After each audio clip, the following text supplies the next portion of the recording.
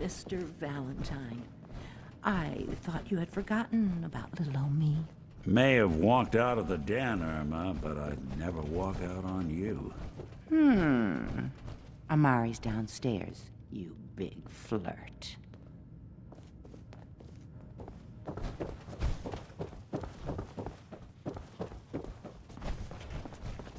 Dr. Amari? Yes? Wait, I know you. You're in the rig. Hell yeah. What's this all about? Doctor, it's time for you to reverse death itself. What? I wouldn't have put it quite that way, but it's true. We need a dead man's memories. Guy named Kellogg. Are you two mad? Putting aside the fact that you're asking me to defile a corpse, you don't realize that the memory simulators require intact, living brains to function. Some expert you are. I knew this was a waste of time. This dead brain had inside knowledge of the Institute, Amari. The biggest scientific secret of the Commonwealth. You need this, and so do we. Fine. I'll take a look. But no guarantees. Do you have it with you? How much of the brain do you need exactly? That is not an encouraging question. I suppose I'll have to make do with whatever you can find. Here's what I could find. What's this? This isn't a brain. This is... Wait, that's the hippocampus. And this thing attached to it? A neural interface? Those circuits look awfully familiar. I'm not surprised. From what I've seen, all Institute technology has a similar architecture. So the brain is still good, right? Possibly. There's no sign of decay, so the tech is probably preserving the tissue, injecting some kind of compound to keep it stable. But there's no way to access the memories inside without a compatible port. You're talking about me, right? I'm an old synth. If the Institute built me out of similar parts, we might have an in. There could be long-term side effects. I don't know where to even begin with listing the risks. Don't bother. I don't need to hear them. Plug me in, Doc. We should try plugging you into a toaster next. Fresh toast. It's nice to know that even when I'm about to have a foreign object shoved into my noggin, you find new horrible ways to laugh at my expense. Whenever you're ready, Mr. Valentine, just sit down. If I start cackling like an old grizzled mercenary, pull me out, okay? Let's see here. I need you to keep talking to me, Mr. Valentine. Any slight change in your cognitive functions could be dire. Are you feeling any different? There's a lot of flashes. Static. I can't make sense of any of it, Doc. That's what I was afraid of. The mnemonic impressions are encoded. It appears the Institute has one last failsafe. There's a lock on the memories in the implant. More problems. Seriously? It's not like anyone has ever done this before. You try making a secret technology work across hardware generations out of spare parts. Just let me think. The encryption is probably meant to keep a single mind from accessing the data.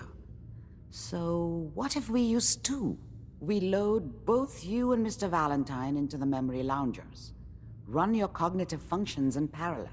He'll act as a host, while your consciousness drives through whatever memories we can find. Any idea what I'm gonna see in there? I have no clue. But considering we only have a single piece of the medial temporal lobe and not the whole brain, I doubt it'll be cohesive. All right. Let's get started. Just sit down over there and keep your fingers crossed. What'd they use you for? See you on the other side.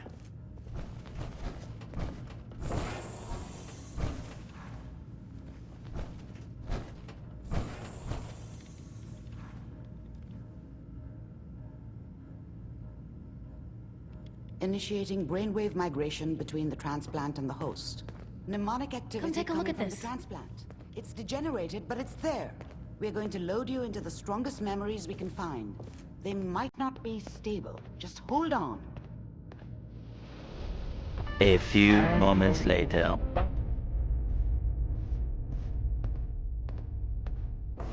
Slow movements, okay? I don't know what kind of side effects the procedure might have had. No one's ever done this before. How do you feel? Next time I have to watch someone's life story, I want popcorn. Well, if you're cognizant enough to joke, I think we can safely say that you're out of critical condition. Are you ready to talk about what happened in there? You were along for the ride, weren't you? You saw what I saw. Yes, but it's important we review everything together, in case either of us missed anything.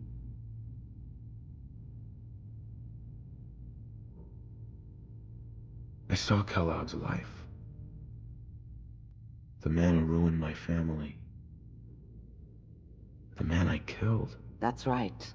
He was a human being just like the rest of us, and he had reasons for being what he was, however cruel. How does that make you feel? Does it really matter how I feel, Doctor? Yes. You can't tell me that bearing witness to that man's life didn't affect you. We're getting off track. The important thing is that we discovered the Institute's greatest secret, teleportation. The only question is, what do we do now? What? You don't have a spare teleporter lying around? What kind of egghead are you? This is serious. No one outside the Institute could dream of making that kind of technology. Wait, maybe that's it. That memory about Virgil, their scientist who went rogue? If we found him... An Institute scientist wouldn't help us. They want him dead, remember? And you killed the man they sent to do it. I think Virgil would have every reason to be grateful, or at least afraid. His last known location was the glowing sea. Not sure how reliable that memory is. That's not a place people go, or come back from. Then he's dead already. It's a waste of time. No, he must have gone there for a reason. He has to be alive. He must have been prepared for it. Look, we don't have any options left. You have to go after him. Through that sea of radioactive ash. Oh, I'm going in naked. Fingers crossed I get superpowers. I know you're joking, but as a doctor, I feel obligated to remind you that unprotected radioactive exposure will only kill you. So be sure you find a way to get through there with your life intact. And good luck. By the way, I unplugged Mr. Valentine first. Removed the implant while you were waking up. He's waiting for you upstairs. Nick. Hope you got what you were looking for inside my head. I was right. I should have killed you when you were on ice.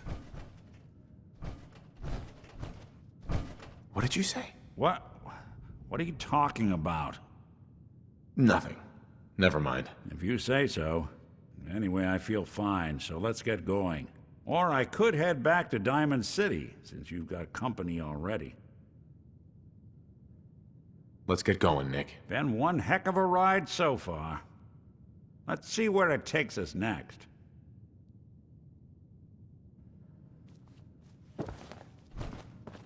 Piper. Heading my way? Sure, let's go. Will do. Traveling with Piper is not for the faint of heart. I'd know. Nick, you always know just what to say. We should head over to the Nakano residence when we can. Find out what their case is about.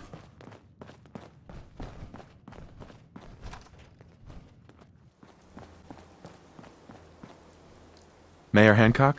I like you already. Walk into a new place, make a show of dominance. Nice. Good neighbors of the people, for the people. You feel me? Everyone's welcome. Of the people, for the people?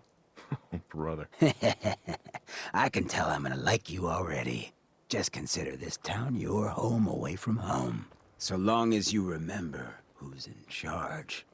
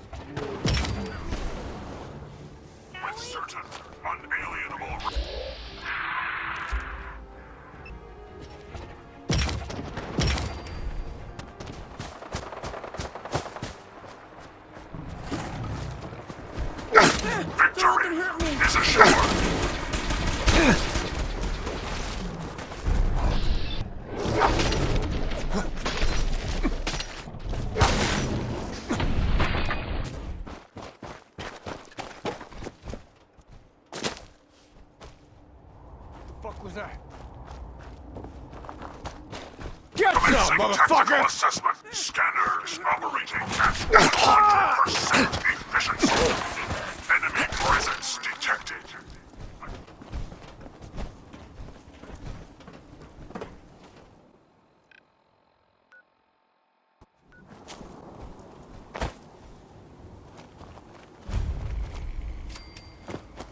Sensor alert.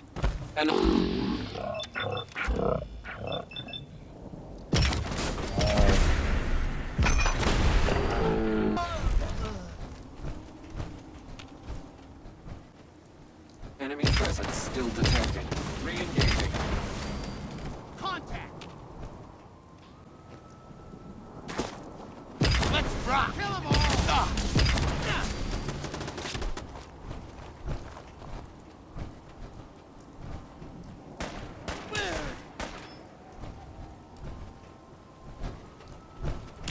Guess we showed them.